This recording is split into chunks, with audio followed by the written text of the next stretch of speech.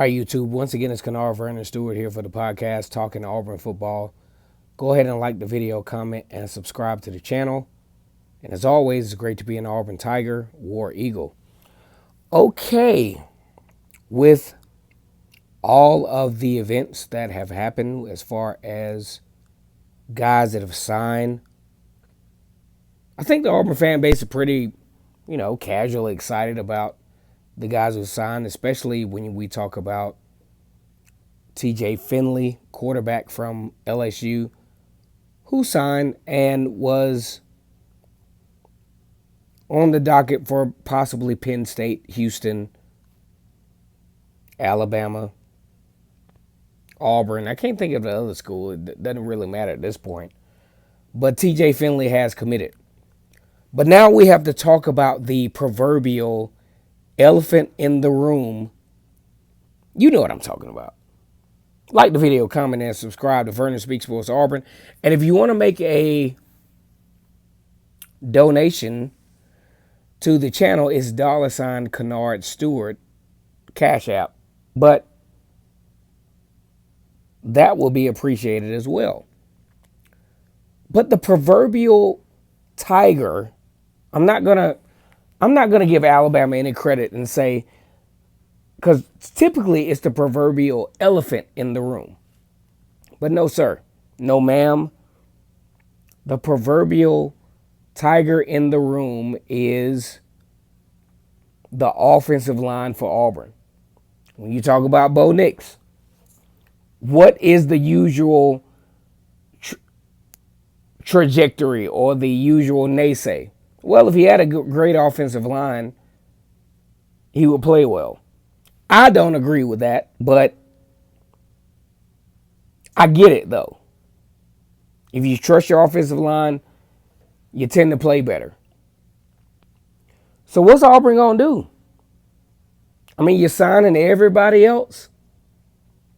You're signing quarterbacks from Power 5. You're signing cornerbacks from Power 5.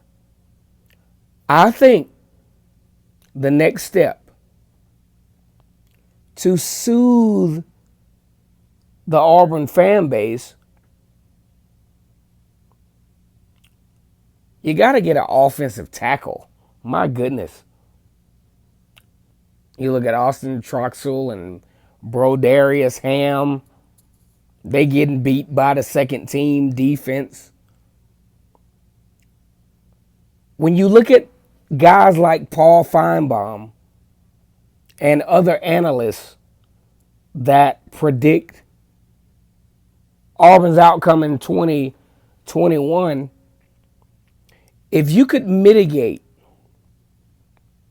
the offensive line as a factor, I think it'd be a lot more easier for the lazy analysts to project what Auburn's outcome will be. Because I think if you say Auburn's going to go 7-5, considering all of the things that have been done in the Bryan Harsin era, so to speak, in the last 2 or 3 months, I think 7-5 is lazy. I think they can do better than that. But the detractor is this. The offensive line has to be better than it has been. So guess who's on the clock? Oh, yeah. You know what I'm talking about. You all know who exactly I'm talking about. Will Friend is on the clock. And he has had a really good track record of landing some good guys. He played football at Alabama. He said, hey, look, I ain't worried about that. I'm at Auburn now. But it's going to be really interesting to see down this unique stretch. Will Friend, what you going to do?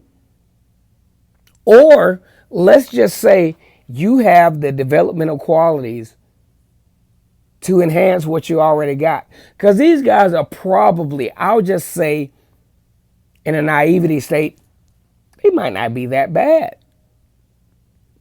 Can you develop them to where whoever your quarterback is can feel comfortable in the said pocket? Here's a shot at Bo.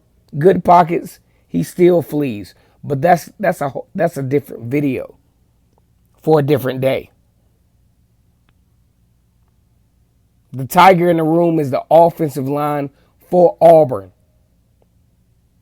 Will Friend, you are on the clock. Period.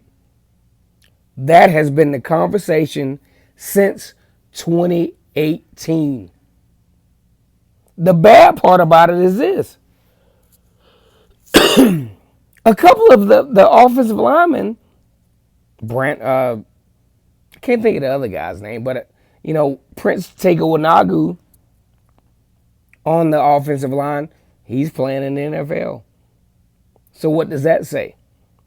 Is it offensive line recruiting or is it offensive line development?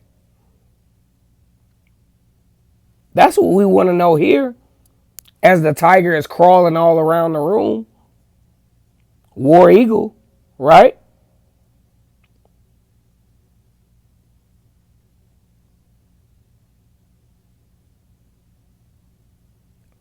I think, and I'm going to get into this very soon, 7-5 is probably, considering all of this being brought in and all that's left, 7-5, 8-4 is probably fair. But I think if you can accentuate somehow Will Friend bringing out the developmental process of this offensive line, could be better.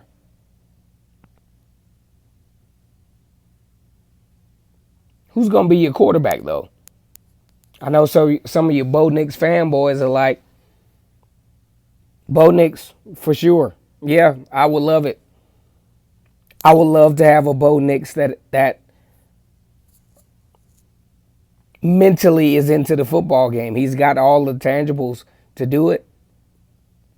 And maybe this will be his breakout year.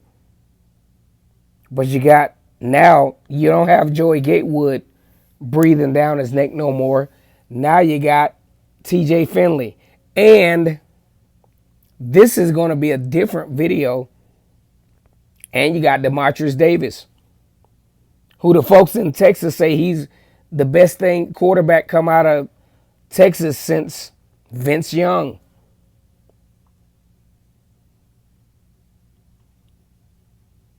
There you have it, guys. I'm going to give you guys something to think about tonight. The proverbial tiger in the room says you need an offensive tackle opposite of Bo Nix's side, a left tackle. Either he's already there and hasn't been developed, or you better hope he winds up trickling in the transfer portal. Like the video, comment, and subscribe. And as always, it's great to be an Auburn Tiger, War Eagle.